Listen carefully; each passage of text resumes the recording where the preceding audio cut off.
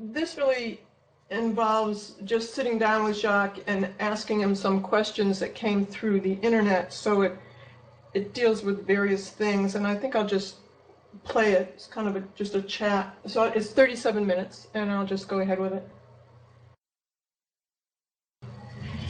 Well, the question, must everything be ethical? I will answer that in the second half. But the first half, must everything be technical? I don't know of anything that isn't. I don't know of anything that is not technical. Your eyeglasses, your telephone, your laptop, your house, your transportation, your aircraft, your boats, your lighting systems, all technical. The only thing that's not technical is religion, and we don't deal with it. And most non-technical things usually come from primitive cultures. Now let's talk about the moral and ethics. What people need is access to the necessities of life. If they have that, they don't need an ethical code. It's only when they don't have that that other people would lend them some object that they need. But when you make things available, all things available, there's no need for ethical, the word ethical, or moral. Morality is a question, as you know, of geography. Morality in different countries may vary, but morality, they're talking about some aspects of behavior that has consideration for others. Well, children are raised in school to have consideration of others, meaning to understand how other people can differ from your point of view. And so you know what to seek out to clarify what is not understood. And if they can't understand it, you use visual methods. If they can't understand visual screening, you demonstrate with an object. You must have many objects in the schools of the future to help people understand physical manipulation. So we will have a lot of physical demonstrations to help clarify imaging. Primitive cultures prior to technology, where people just had feelings and talked about their feelings, and that sometimes people were possessed by evil spirits, and that's what I mean by feeling. The fittest for one culture would not be the fittest for another culture. What enables a person to survive depends on the time and how advanced a society is. Sometimes people that had ideas that may help society were burned alive, even though they were the fittest. They were not the fittest to the unfit society. So society slaughtered a lot of people that could have helped them out of their dilemma. But not having known that, survival of the fittest, only in the most primitive sense is that valid. Amongst animals with horns or tusks, they were the fittest for that situation. But intellectual fittest are not honored. Oh, years after they die, yes, maybe so. Survival of the fittest doesn't make sense. So even there was no survival of the fittest. There was survival of that culture, which protected itself by getting rid of anyone that would attempt to change that culture. So survival of the fittest depends on the time and the conditions of society. There's no such thing as survival, except in primitive animals. You can talk about survival of the fittest. Hitler survived a long time to poison a lot of people. There's still many Nazi parties with slightly different values, so I can't deal with that. Technical competency means that the person has a record of being able to handle all problems within the category they're hired for, except politicians. They're not problem solvers. I don't know what they're doing there. I know what they're doing there, but most people don't. They're doing nothing but expressing opinions and things that have little relevance to the real world. Well, the old question keeps coming back, and that's who will make the decisions? Will I participate? Yes, if you know that field. You can't participate in agriculture or redesign of aircraft and making them safer if you know nothing about it. So whenever a person says, will I be participating in the new world? Only in areas that you can participate in, areas that you have competence in. I'm not talking about self-confidence. I'm talking about the ability to solve problems, electrical, chemical, technical. I don't know of any other kind of problem. Now, behavioral problem, behavior today is not taught as a science. Psychology is based upon a lot of feeling tone and individual reactions, when science of human behavior becomes the mechanism for dealing with human problems, then a competent behavioral scientist will be called in to deal with those problems. And he won't be called in, or she won't be called in, unless they have that information. So they'll either be doing surveys on collecting information and data as to the prime effectors of behavior.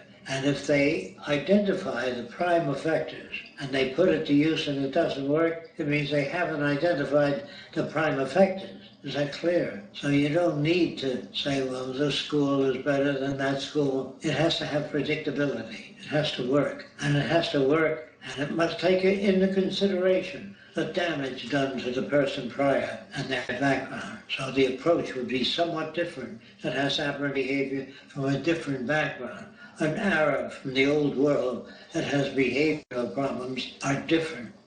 If they're behavioral problems, they may not be behavioral problems.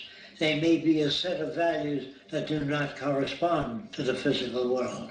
You can't operate an automobile by saying, go, not yet anyway. And the car says, go where? So you can't have behavioral problems unless they're of a physical nature. There are many problems people think they have. They say, I'm dumb, or I'm too emotional. That is not a problem. They don't have tools for handling a wide range of behavioral differences. It isn't that I don't know how to get along with people. That's true, but I don't know where they come from, because in our culture, the culture I'm talking about, the resource-based culture, children are trained to operate within the culture. That is a physical referent, always. So they don't say, I watered the plant and the plant exploded. They don't have that type of experience. They might say that I can't control the growth of that plant. Every method I've tried doesn't work, so I have to do more research. They always know they need more information. Well, how do you get information? By stating the problem appropriately and then experimenting to see if you can come up with something that alleviates the problem or begins to alleviate the problem. Then you give that information to others and they can take it from there while you're working on different aspects of it. But there's always physical limitations of what we know, and instrumentation is not well developed yet.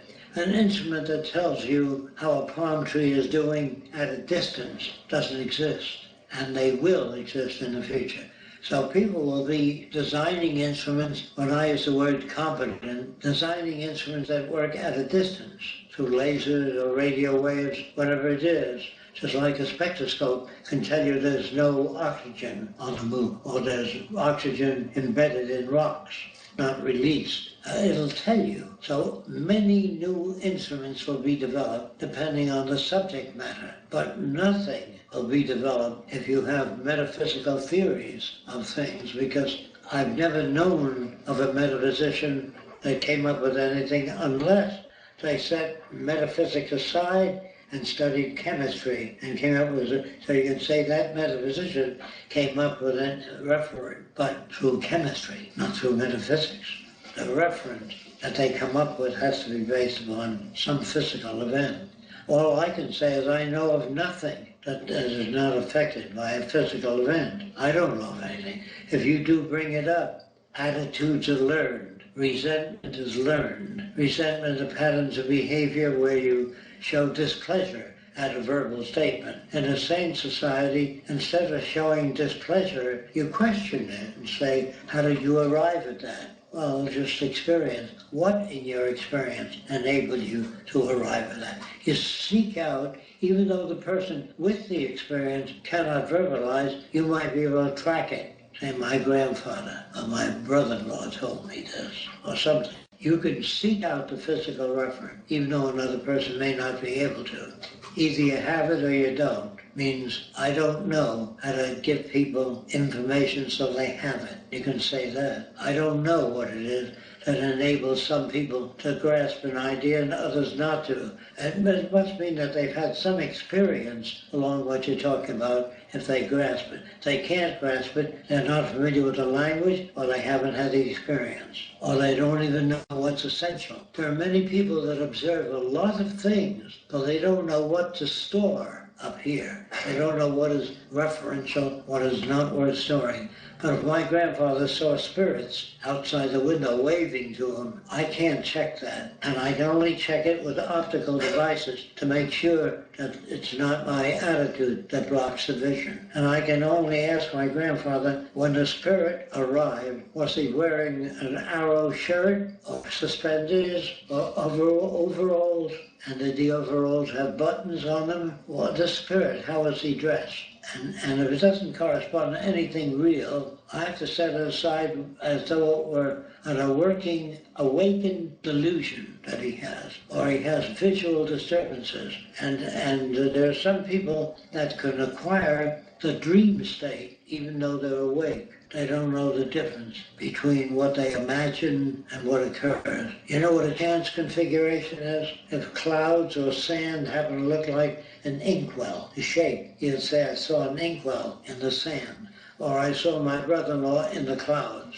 Well, the brain takes information and tends to assemble it into something you can use. Even if it's a random line, the brain tries to make sense of it so you can use it. That is the brain as your brain had been developed. There are people who say there are signs in nature. There are signs when you finish drinking tea, the way the leaves are arranged, tell whether we'll have a good weekend. There are people that invent things that have no clockwork or reference, because there are some concepts that people have that their behavior forces that concept to become a reality. Are you familiar with that? It's like a chance configuration. So I saw a sign of an automobile accident in nature, whatever they see, and the next day there's an automobile accident. And they coincide that with their forevision. They call it a sensory perception prior to the event. Now, there are many people that watch kids behave, and they can see if that behavior continues, there's going to be catastrophe. And so they say it to others, and then there's catastrophe. They set up the conditions to bring about the catastrophe, or their value system brings about a catastrophe. You know, there are other words to describe that. Do you know what they are? Premonition? No, I'm not talking about premonition. I'm talking about a preset value that causes an event to happen. If you feel somebody is detrimental to you, if you behave in detrimental ways, they may become detrimental to you. There are words that you've produced that behavior by your attitude, but it was not predictability that did it. Now, you mistreated a person so much over a period because you suspected them being evil, and then they do something nasty to you. See, you've generated those conditions. So sometimes people don't know the difference, and so they attribute it to insight, foresight, or predictability. You can make criminals become more criminal by treating them. Paranoia produces. Well, a paranoid person is a person perhaps in prison where everybody mistreats him. So he's always suspicious of everybody he meets. Is he paranoid? No. He's in balance with the environment he comes from. I wonder what's in it for Fresco. You know what I mean by that? If a person, why does Fresco put out all that? I wonder what's in it for him. Is that paranoid? No, that's reflecting where they come from. I think the term paranoid does not describe anything. A fear that's not justified, they might say. That isn't true. It's justified where they're coming from. Because gangsters always say, what's in it for me? And so they suspect that everyone else has the same intention. And where they're coming from, everyone else that they know of is similar. Do you understand that? So sometimes a value system, your own value system, can appear like a premonition and can produce effects like a premonition. But knowing the difference of all those systems is a major problem. A bow and arrow or a gun is a problem solver to one person. It gets rid of the opposition to that person. But if you think in terms of more communal things, in a warped community, there are no problem solvers. There are problem generators. When the public arrests a person or burns them alive, that stops other people from contradicting that society. It's a problem solver. It's not even a problem solver. It solves a problem of that community. If the world is flat, you could win many adherents that look at the horizon and say it is flat, because we can't see a slight curvature.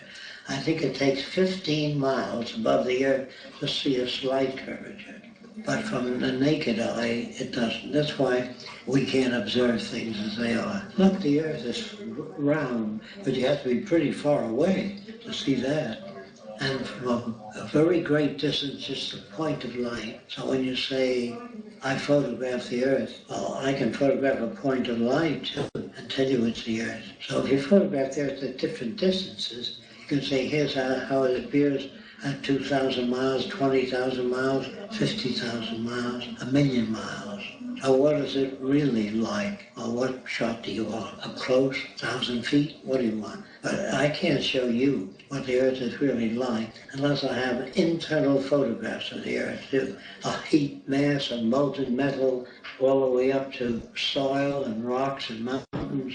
I understand the world I'm living in. That's not possible. You can only understand the aspect of it you're getting and not even understand it. Have quite a lot of information in that area. But knowing all about it is a misnomer.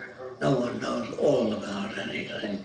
Questions, what do you like? Say, ask 15 different people, and you'll get different pictures, depending on what church they go to or what their values are. So I don't rely much on what people tell me about other people, except that they're dissatisfied with the other person or some aspect of their behavior. But do I listen to other people? Yes, I do. But I don't listen to it as they talk about it. I listen to it in terms of my background. Do you understand that? Is my background right? I don't know what right means, but it correlates more with the physical environment. And if that's what I'm looking for. If I'm looking for a person that doesn't correlate with the physical environment, I can't make any valid judgments about anything. So animals, they say, instruct their young. Well, they go out in the fields, they catch an animal and bring it in and let the young tear it to pieces. And they get used to the taste. And that triggers the next thing. But animals don't raise animals to eat them. They don't seem to get beyond a certain point. Neither did primitive man. He always hunted animals. But raising animals came much later. So you don't need to hunt rabbits. You just feed them whatever you feed them, roots in a cage, and they multiply. And you don't need to hunt them. And that's where time came for thinking of that. Otherwise, you spend all day hunting. And if you grow natural foods, you have to attend them and beat off the animals unless you invent a fence. That's technology. Or else you enclose it in a screen. Then you don't need to stay up nights keeping predators away from it. Invention is the simplification of a given act, theoretically. You understand? Invention is trying to simplify something. And if a person beats the hell out of another person to get them to behave well, that's a simple way of doing it. But it isn't real. It isn't. The guy may shoot you at night when you're sleeping or put poison in your food. You know, how it generates things that you hadn't thought about. So then you had if you were a king, you had a food taster. You know what that is? Before you ate anything, the food taster was there to die for you. You know, they did have things like that. Yeah. And if a person brought bad news to you, they cut out the tongue sometimes. Because really, you're a bearer of bad news, and they cut the tongue out, the poor guy. That was very prevalent in the old days. Yeah. That's why most of them wound up tongueless. But you shake your head at this civilization if you knew how bad it was. It's terrible. That's why in many instances all you can read is technical journals or what's happening in the technical world. But I'm not too interested in whether the price system is better than the Nazi dictatorship. They're all fouled up. I don't want to get involved in shit detail. And one abstraction is as good as another. Abstract thinking, you know, doesn't really. It's good if you notify it. Say, look, this is an opinion of mine, based upon I don't even know what. I'm not sure the prime effectors in my behavior. But I pretty much know where all my inventions come from. I know the major influences. You know, that's all you have to know. They don't come out of nothing. Either I look at a camera and criticize it, by looking at it, I modify it. And my background determines what the modification will be, not Fresco's opinions. Fresco's opinions are shaped by background. So it's my background that's at work. And that's called, if you want to use words like unconscious. Because people don't memorize what triggered the event. They memorize the event, because that's important to them. If your wife never listens to you, it means you don't say anything that she can see the advantage of. Does that make sense? If you have a very close girlfriend who rejects everything you say, either she can't see the advantage or she doesn't like to be educated by someone else. She likes to participate. And if you wipe everything out that a person thinks, it's much easier to say, well, he's a philosophical thinker. You know, you can wipe him out. Well, that's self-defense. But really, it's not self-defense. It's self-abuse. They call masturbation self-abuse, but it isn't. It's due to sexual tension, not self-abuse. So I can't discuss good or bad, right or wrong. I can only discuss behavior and the prime effectors. When I say, do you talk to many psychologists? They'd have to know a lot in order to understand people, not just what they think they got out of school. I think most psychologists I've talked to, after they get their PhD, they still behave in the way they did before the schooling of psychology. They tend to have people they follow and people they reject. And they can't extract that which is significant from different systems. They don't have a yardstick. It's made of rubber. It's not fixed. So their measurements are based upon varying conditions. I've never met a psychologist, well, maybe one, and that's the guy that wrote the book, My Six Convicts. He used to send the clients he couldn't handle to me. He just knew that he couldn't handle it, so he sent them to me. And if the guy was gay, and he said, what's my problem? I said, you don't have a problem, society has one. Now what do you want to do? Do you want to imitate society standards? Or you go on being gay and go for man or bisexual, whatever you want, it's right. Whatever you prefer, but don't discuss it with normal people. They're not going to say, gee, I never thought of it that way. I knew that. I knew that gays were gays because they came from an environment that reinforced that behavior. But they were never bad to me or wrong. Or a non-Christian was never wrong. Or a guy that changed churches because one was more liberal than. Well, that question, must everything be ethical? I will answer that in the second half. But the first. Oh, sorry, that it went back to the beginning. That question, you want me to? No. I'm going to try and see. This is kind of a free-for-all, as you can see. Just a lot of different questions were asked. We kind of cut off the questions. Let me see if I can find out where we were. 21.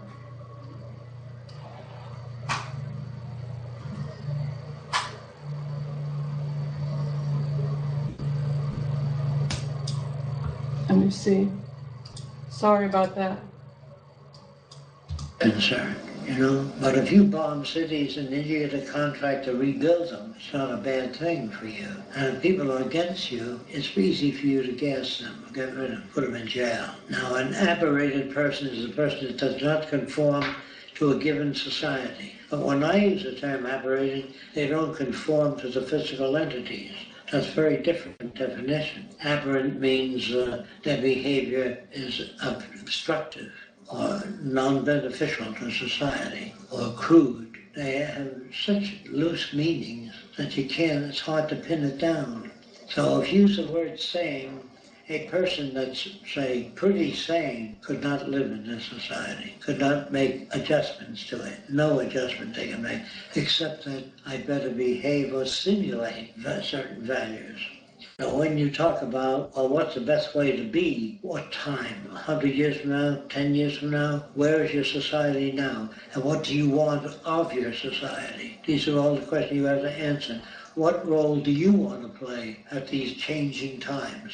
So you join the Optimist Club, or you join whatever club you feel more nearly represents you, the science fiction group. Some people call themselves Trekkies because they like Star Trek and they like the values of it. So they call themselves Trekkies. But they still have to behave in accordance with this system in order to live. But they have Trekkie meetings once a month or whatever it is to have a little bit of something else. I'm trying to talk about human behavior. And the main emphasis is study the environment that humans are reared in, and don't study the aberrant behavior of those environments. Because if a man has foresight, like Jacque or any advanced thinker, their advances will not be appreciated until they begin to come about. The average person says, Leonardo da Vinci had it right, but that's after the facts. It's very difficult for people within a given society to look at the future and say, that makes sense. Very difficult.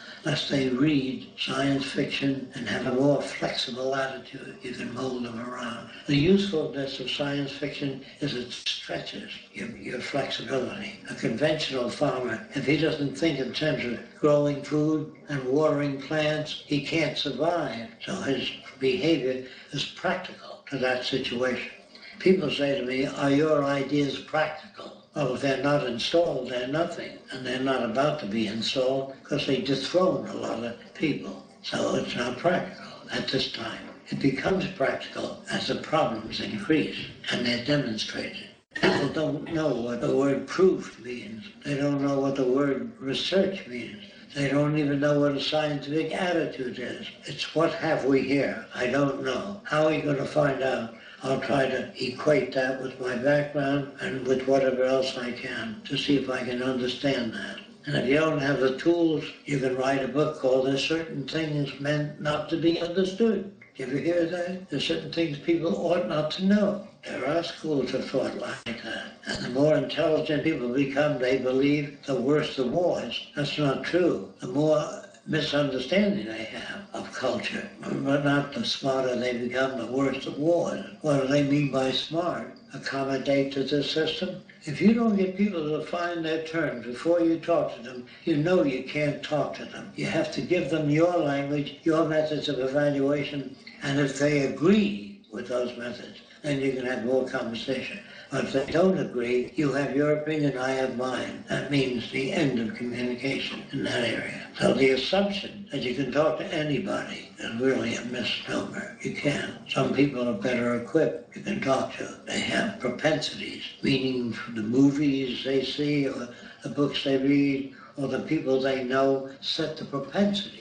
A lot of kids in the early days wanted to become scientists because scientists were put up. Now they're put down, kept in their place. They used to have a scientific advisory commission in Washington. Now they don't because they think, well, the scientists have their opinions, we have ours. They look at it with the same light as any other system.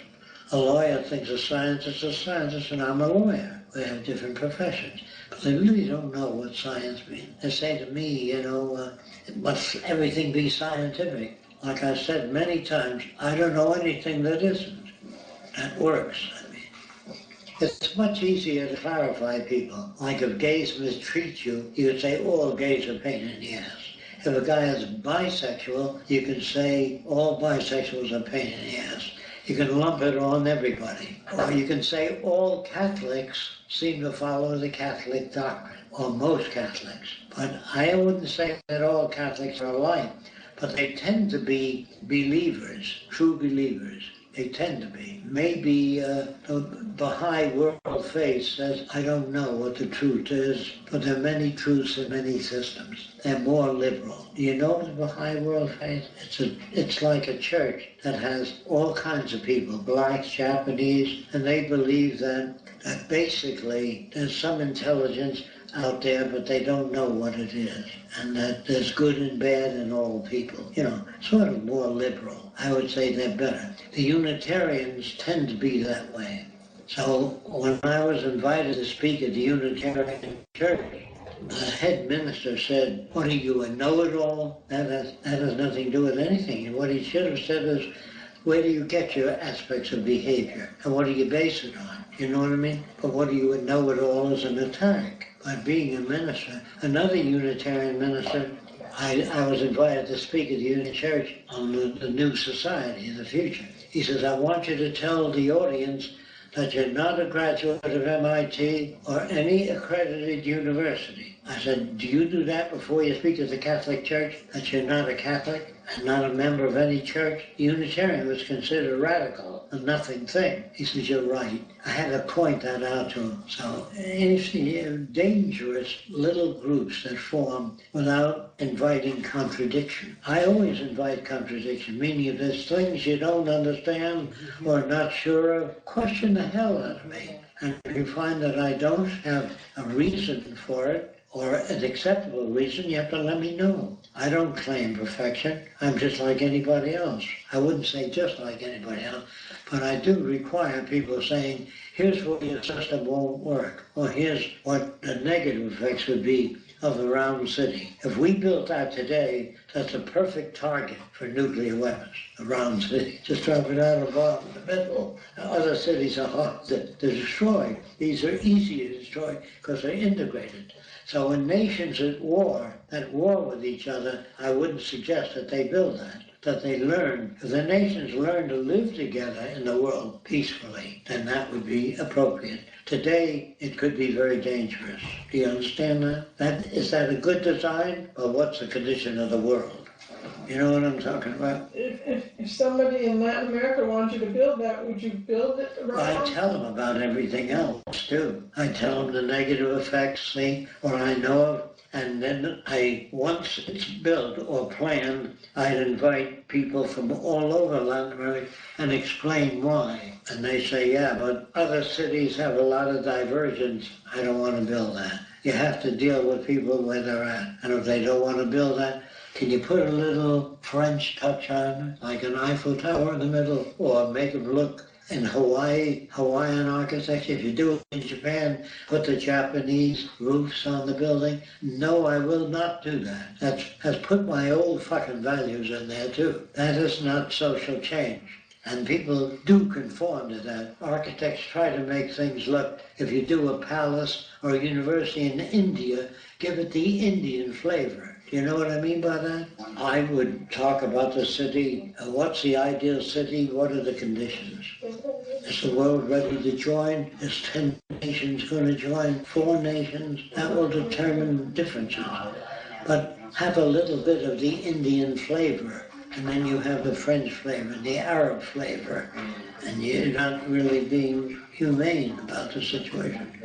Because people like to go to different countries and see the Hawaiian flavor, you know. Yeah. People put a lei around your neck when you arrive. That's a Chamber of Commerce shit, you know. So how much do you yield? Well, you want the city built, you want it built with a Hawaiian flavor. If I can't get across what I'm getting at, I can't build a city. Do you understand? Must everything be your way, Jacque? It isn't my way. It has to do with survival or perpetuating the differences.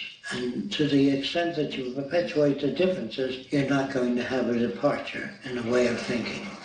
Accommodation means sometimes the word sellout would be appropriate. You know what that means, Fox? Selling out is accommodating.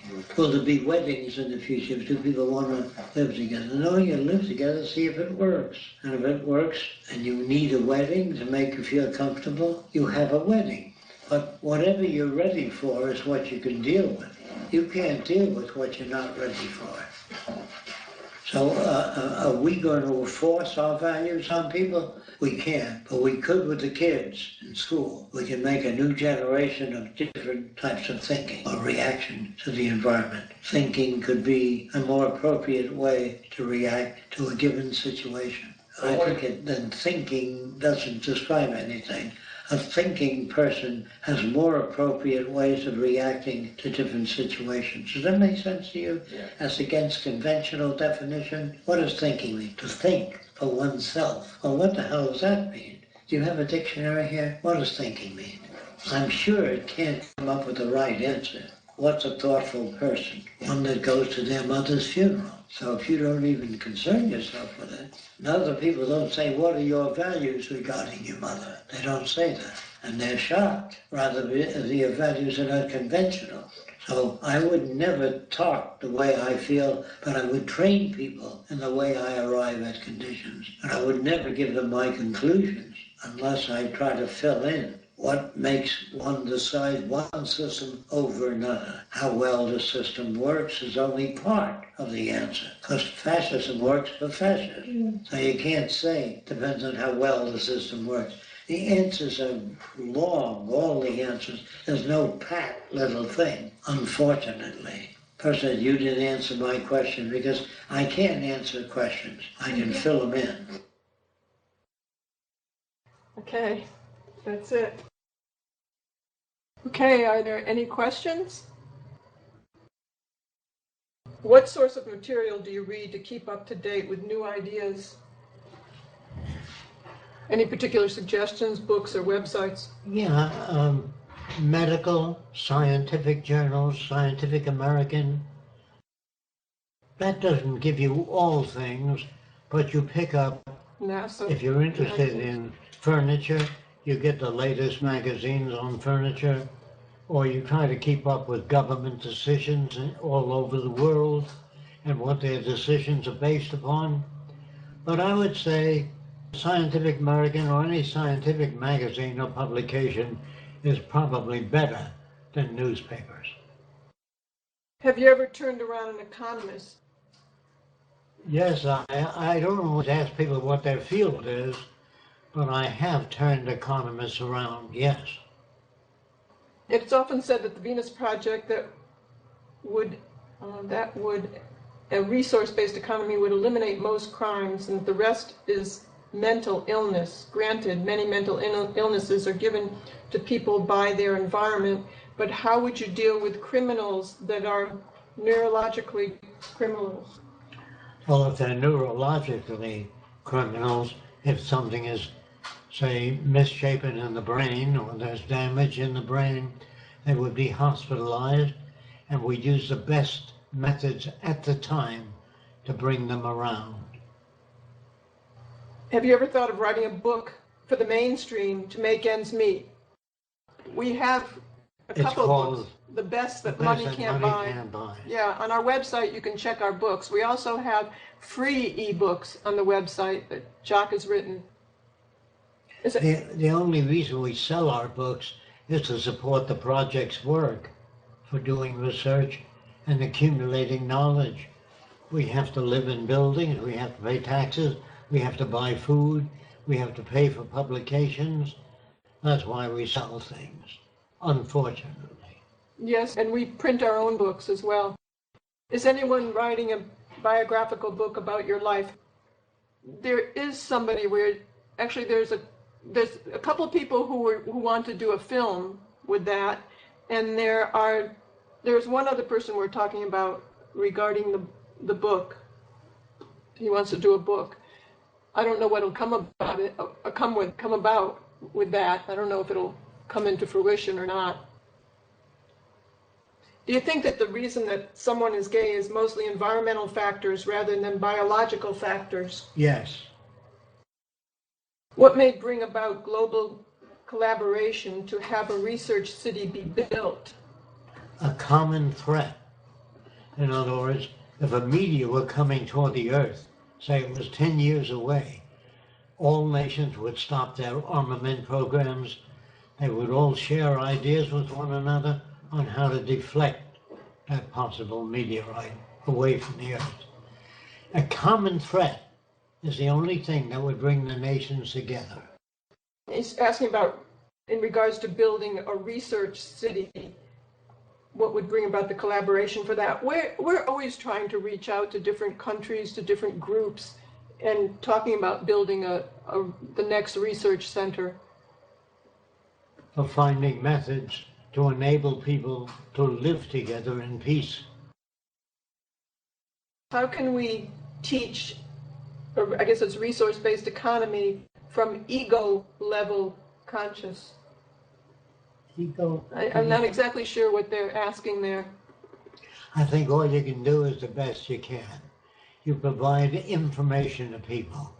And if their ego is manifest, they might say, an ego problem is manifest by saying, oh, you won't see that for 1,000 years. That's an ego problem. Or they say it'll never work. That's an ego problem.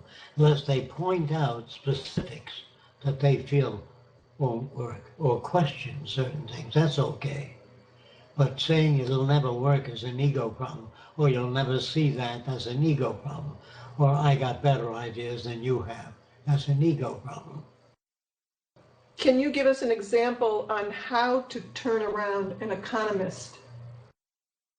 Have them visit the Venus Project.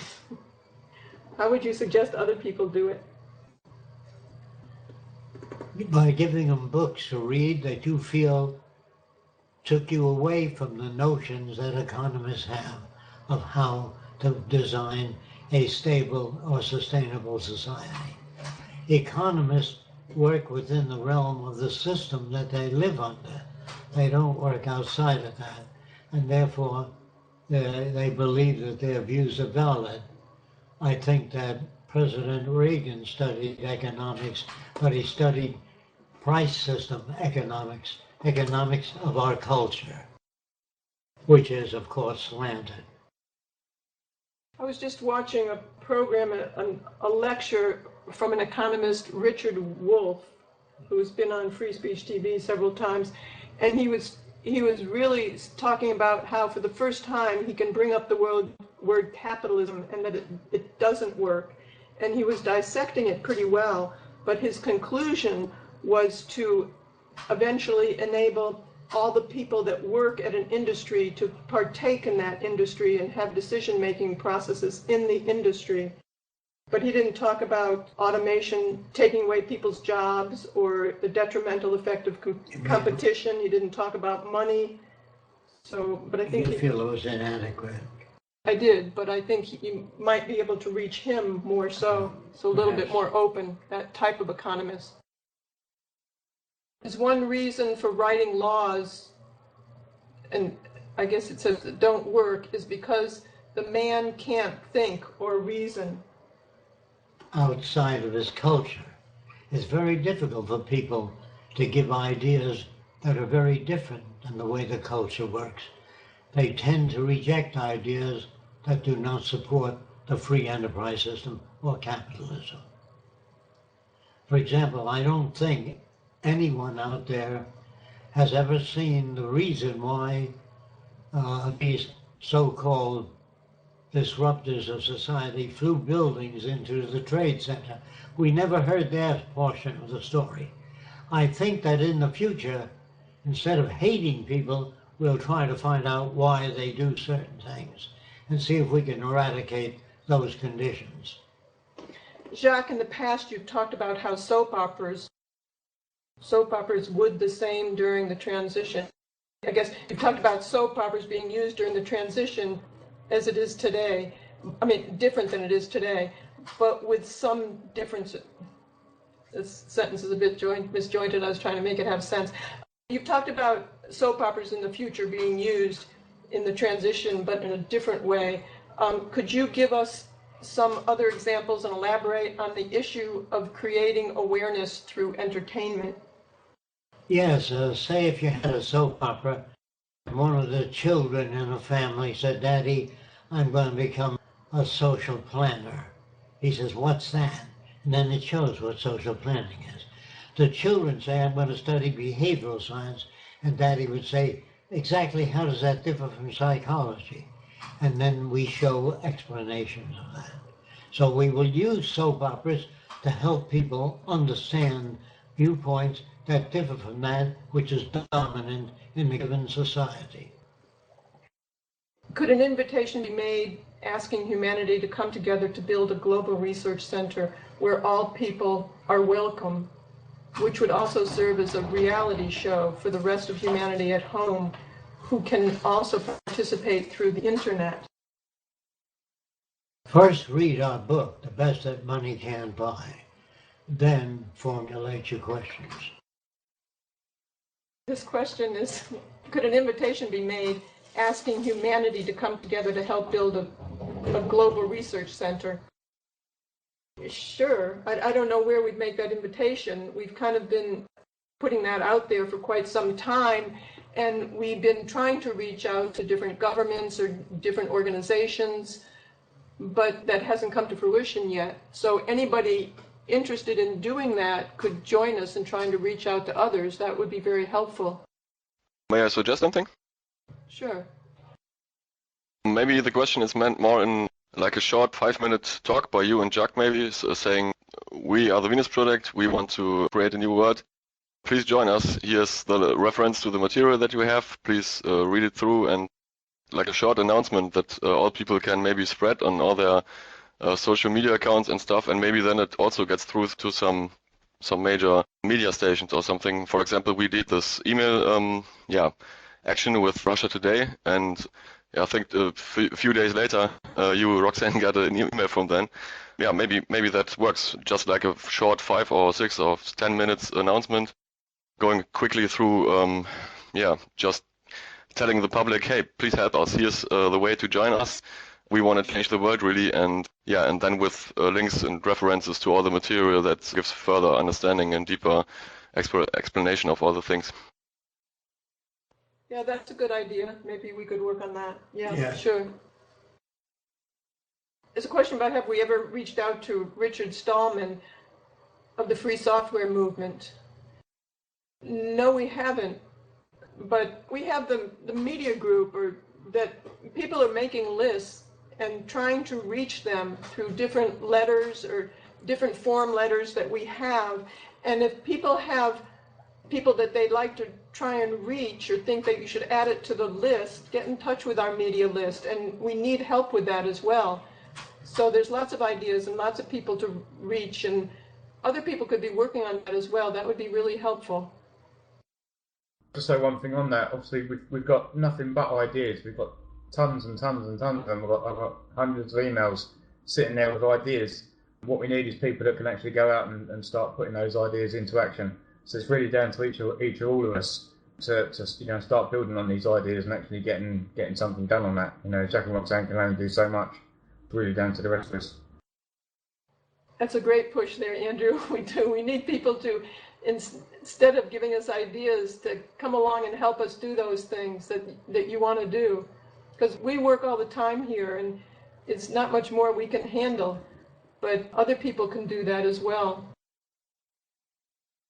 Can we have a real community with not just a point of contact and real places to meet? That would be great. This is why we built the research center here, to be able to have people come here, and we do that with tours. We would love to have a real community. We can't afford to take on any more people here, but unfortunately, it just takes meeting the right people who could finance that in today's culture. If you do nothing, nothing will happen. That's about right. Jacque told, resource-based economy is impossible without creative challenges. The greatest creative challenge is space exploration and inhabiting new planets. If you pay a bit more attention to it, we can have more support and collaboration with space advocacy movements. The trouble with space advocacy movements is this: they're thinking of terraforming other planets that are not habitable. And so I would say our own planet is falling apart, so let's make this a livable environment first.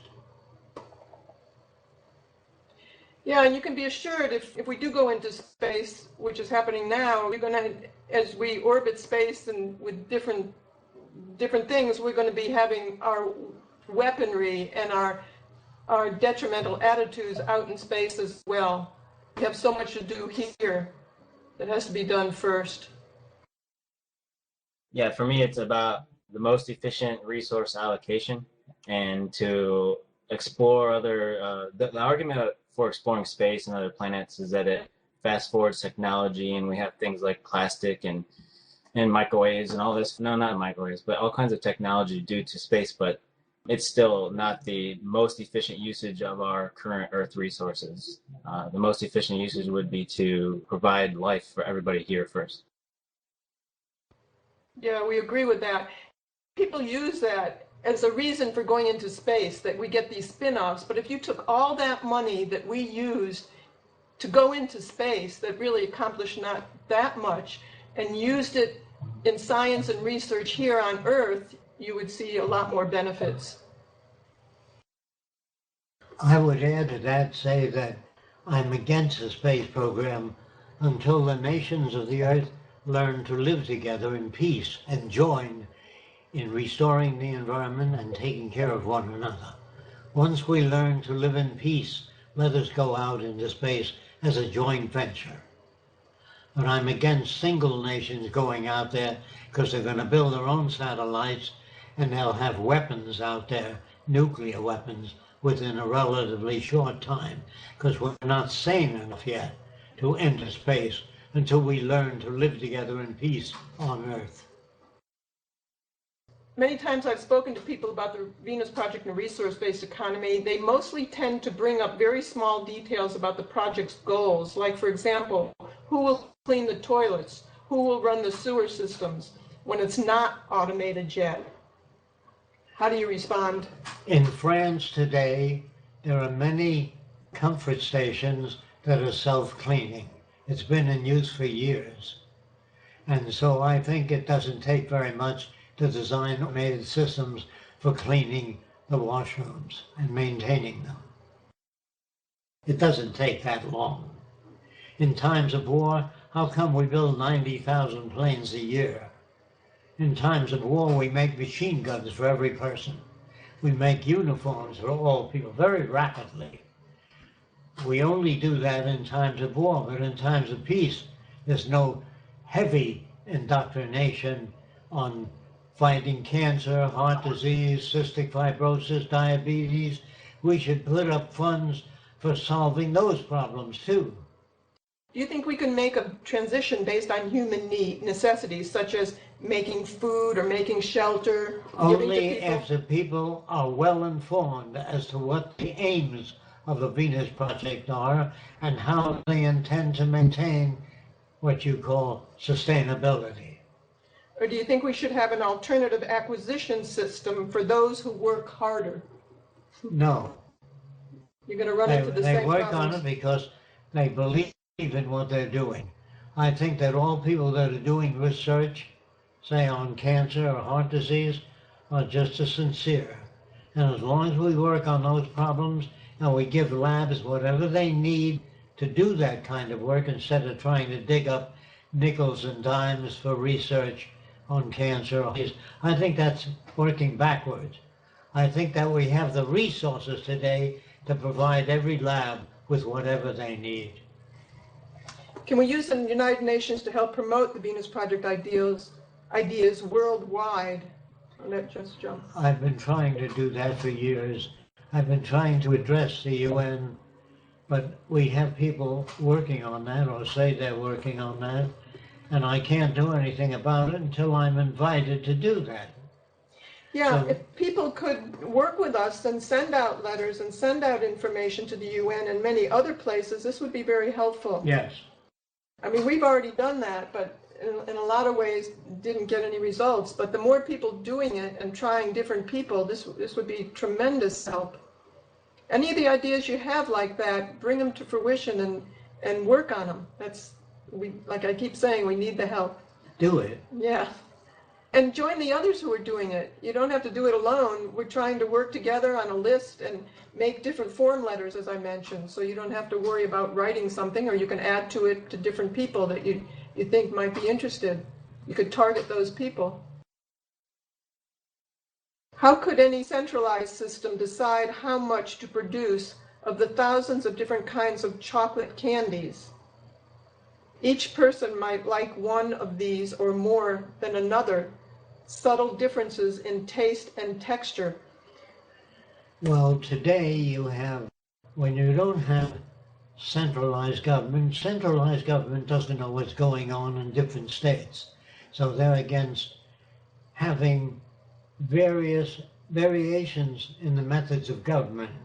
But I would say this, with computer science today, you can go back to centralization because you can have the pulse of every nation on your computer. It's no longer necessary to have decentralization. You can go back to centralization because the computer can give you answers that are relevant anywhere in the world within a few minutes.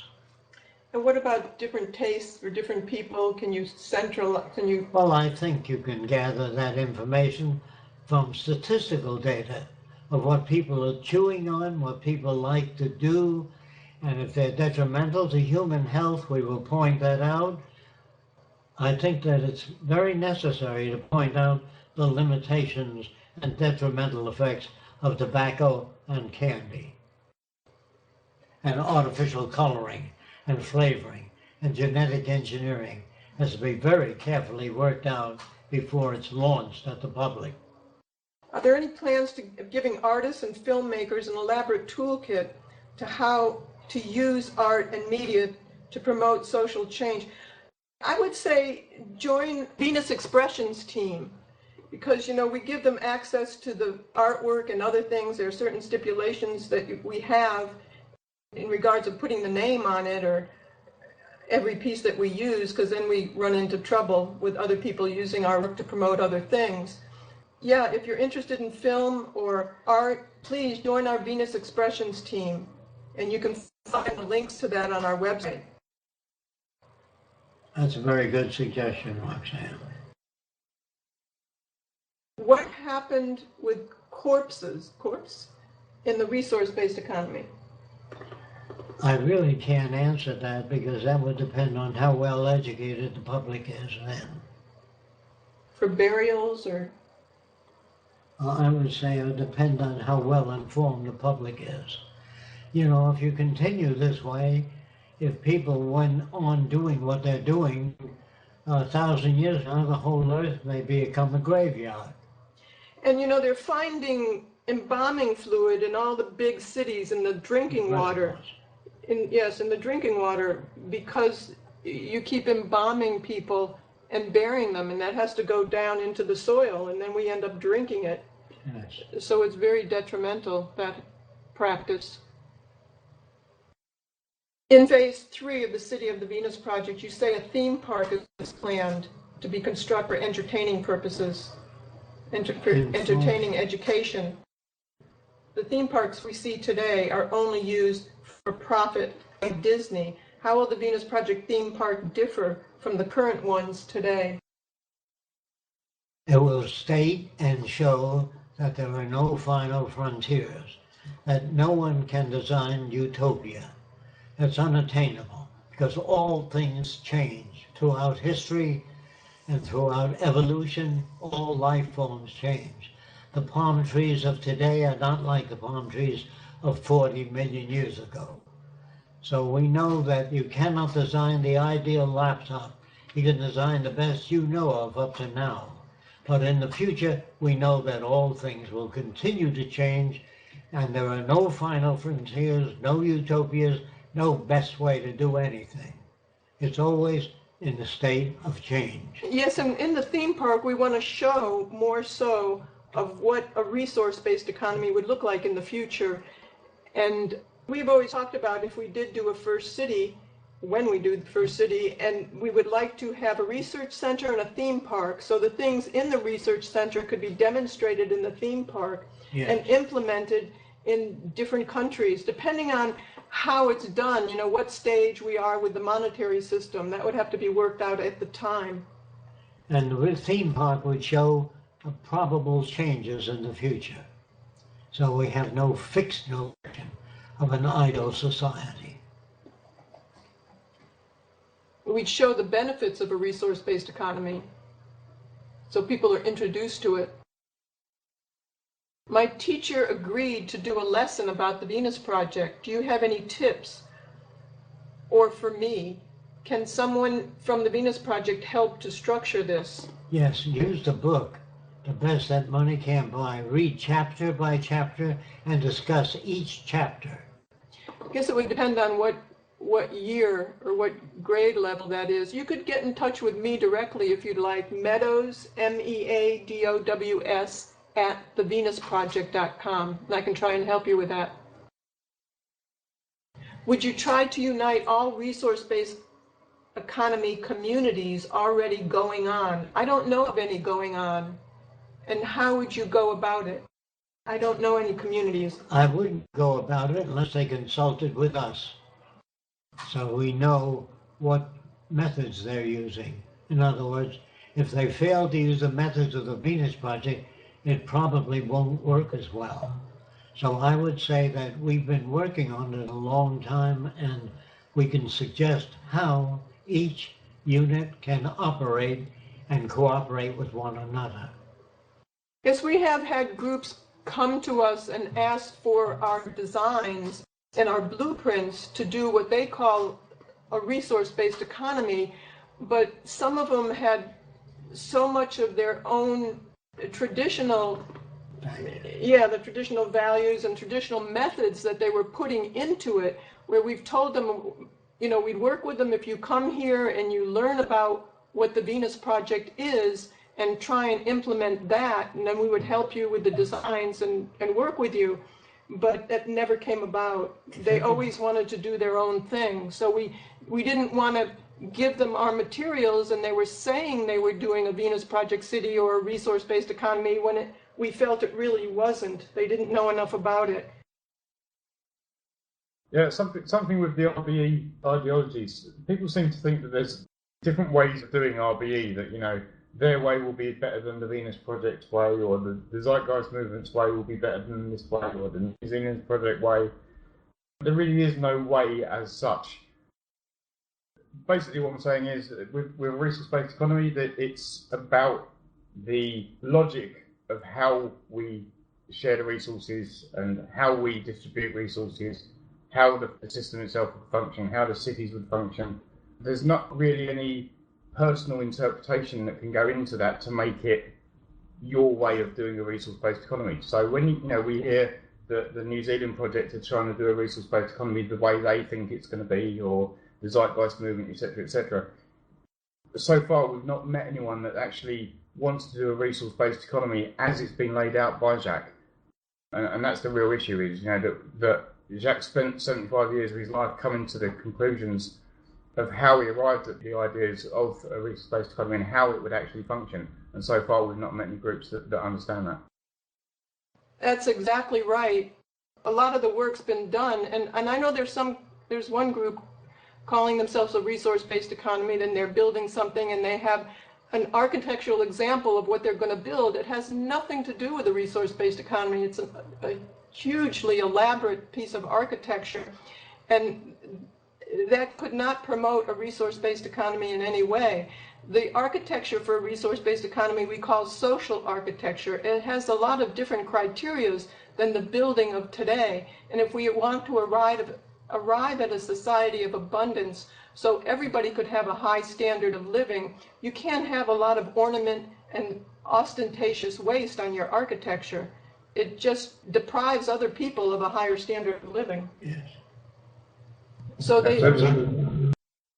Sorry, one other thing on that. An example would be, I got an email this morning, actually, funny enough, from someone asking me to look into Auroraville, which I'm sure many of you have heard of, and also some other different communities, and said, oh, this seems to be exactly what the Venus Project's about, why don't you get involved with them? Unfortunately, what's happening is people are looking at specific parts of the resource-based economy and then taking that out of context with the rest of the design, and then or then renaming or rebranding other things with the term resource-based economy. Auroraville is nothing like a resource-based economy. If you look at the actual terminology that Jacque uses when discussing the resource-based economy, we're talking about a high-tech society with high-tech cities that will provide for people's needs outside of the monetary system. So Auroraville, as far as I'm aware at the moment, there was something in the paper the other day about it actually. They're having to use, they're having to work for a living to help fund the city and stuff. This is totally nothing like the Venus Project or the resource-based economy. yes, and we also hear about people who want to support this direction, they say, but they're not just in supporting the Venus Project, they want to support every sustainable movement. I think the problem there becomes the definition of what is sustainable. If you're trying to back what they call maybe a sustainable building or with a green roof or making people work less hours during the week within the monetary system. This is not really advocating an ultimate sustainability. It is in some ways delaying or prolonging this system. If you don't work toward the end goal of the most advanced system, which I think is what Jacque has come up with. I haven't seen anybody else do that much work toward this in all fields and integrate all the fields.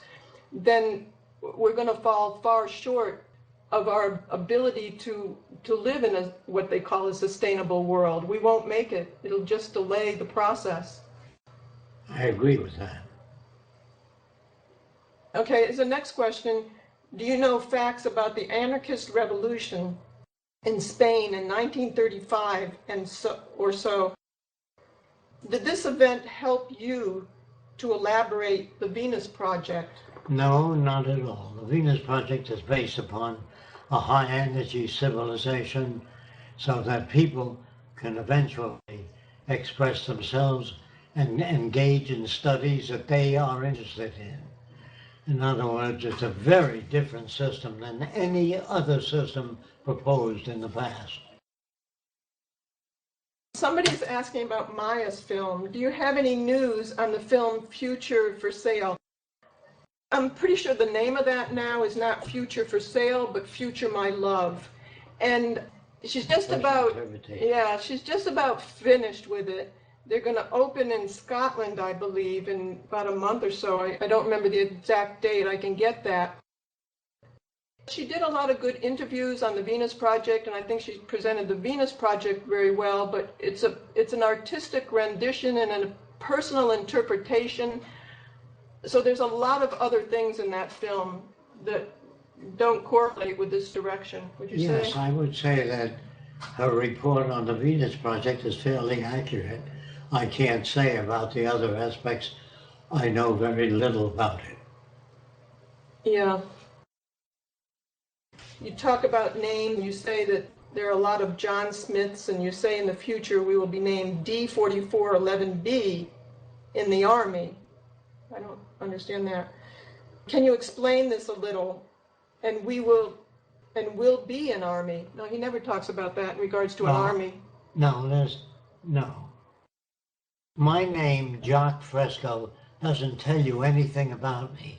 In the future, the JACQUE will stand for something specific, the areas of interest or the areas that you function in. So when you meet a person in the future, the name assigned to that person will tell you exactly their range of performance, what they're interested in, and their contribution to society. A name today doesn't tell you a damn thing about the person. You could tell right away in many aspects if you could share values with that person. Yes. And speak to them in different areas. The name will indicate that in the future. I think somebody thought that meant they would be in the Army, like it was in the Army, but no, not at all. The numbers in the Army are just that, numbers to identify people, and there would be no armies in the Venus Project. Or navies. Yeah. Or police. Or prisons. Unless you call it like an army to help people. No. Like, yeah, we wouldn't use the term army.